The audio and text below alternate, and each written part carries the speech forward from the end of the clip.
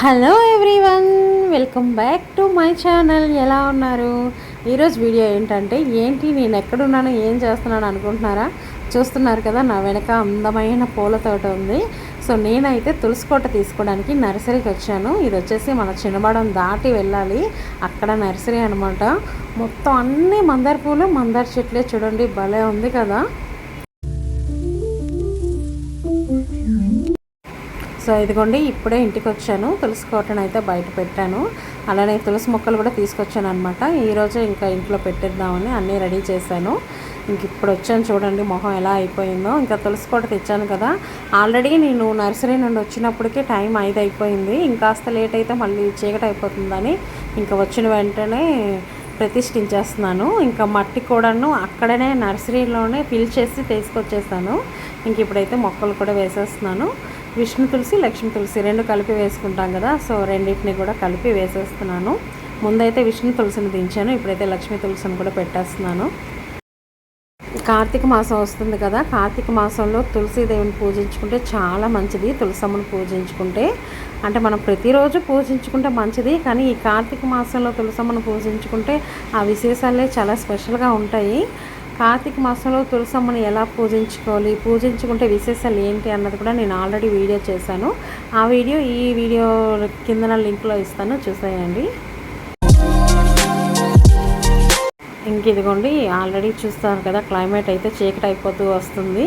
ఇంకా నేనైతే మొక్కని ఉడిచేసుకున్న తర్వాత తులసికోట అంతా కూడాను నీట్గా వాష్ చేసుకొని ఇంకా పసుపు రాసి బొట్లు అయితే పెట్టేసుకుంటున్నాను. మా పాప చూస్తారు కదా ఎలా సాయం చేసేస్తుందో. ఇలాగా పసుపు రాయడాలు, బొట్లు పెట్టాలి, ఇలాంటివి ఏమైనా చేయాలంటే మా పాపకి చాలా ఇంట్రెస్ట్. వద్దన్నా ఇంకా వినదనమాట. అందుకనే తన పని తందా అన్నట్టుగా నేను ఇలా చుట్టూ పెట్టుకుంటాను, నువ్వు మీదన పెట్టు అని చెప్పి చేయించేశాను. అలానే ఈరోజే ఇంకా ప్రతిష్ఠించాలనుకుంటున్నాను కాబట్టి జాగా అంతా కూడా నీట్గా క్లీన్ చేసి పెట్టాను. అలానే ఇక్కడైతే ఒక చిన్న అటాచ్ ఇచ్చాను, చూడండి.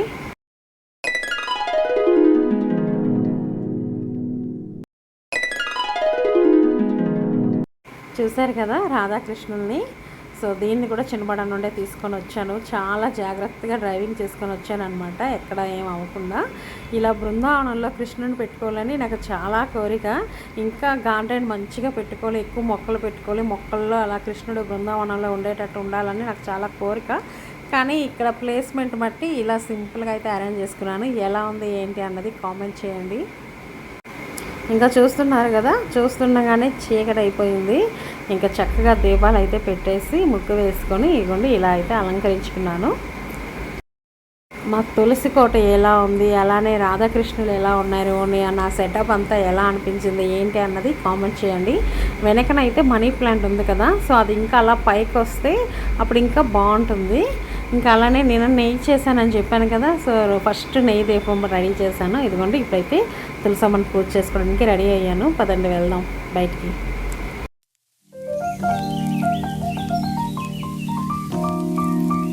ఇంకా ఈరోజు తులసమ్మని కూడా ప్రతిష్ఠించుకుంటున్నాను కదా అని ఒక 5 పేరెంట్ వాళ్ళకి తాంబూలం ఇవ్వడానికి కూడా రెడీ చేశాను. అందుకనే నా ఫ్రెండ్స్ని పిలిచాను, వాళ్ళు కూడా వచ్చారు. ఇదిగోండి ఇప్పుడైతే ఇంకా తులసి పూజ చేసేసి తాంబూలాలు కూడా ఇస్తాను.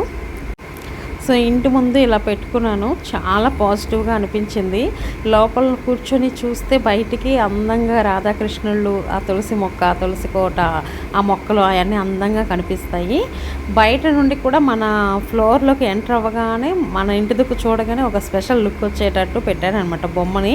అటు బయటికి వ్యూ వచ్చేటట్టు, నేను లోపల నుండి చూసుకునేటట్టు.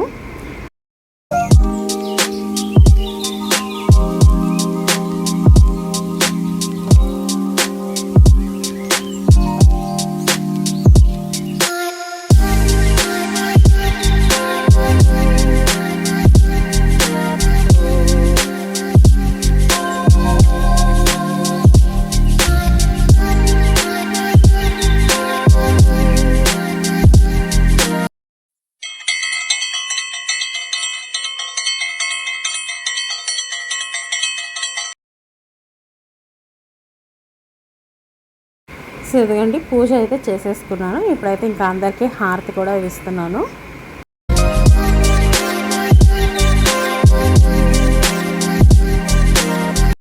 ఇంకా సింపుల్గా అయితే తాంబూలాలు అవి పెట్టేసుకున్నాను అనమాట. జస్ట్ మా ఫ్లోర్లో వాళ్ళకే పిలిచాను. మా అపార్ట్మెంట్ అంతా పిలిస్తే చాలామంది వస్తారు, చాలా సరదాగా ఉంటుంది. కానీ నేనేంటంటే ఇంకా జస్ట్ మా ఫ్లోర్లో వాళ్ళకే పిలిచి ఇచ్చేద్దాం, ఇంకా ముందు ముందు ఉన్నాయి కదా చూసుకొని అందరికీ ఇవ్వచ్చులా అనుకొని మా ఫ్లోర్లో వరకే పిలిచాను అనమాట. అది కూడాను ఇంకా నైట్ అయిపోయింది కదా, నైట్ మళ్ళీ ఇవ్వచ్చా ఇవ్వకూడదా అని ఒక డౌటు.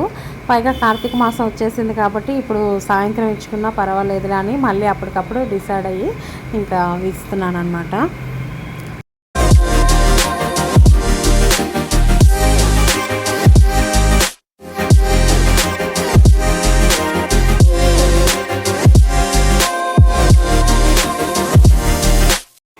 సో చూసారు కదండి నేను తులసి కోటని ఎలా పెట్టుకున్నాను ఏంటి అన్నది.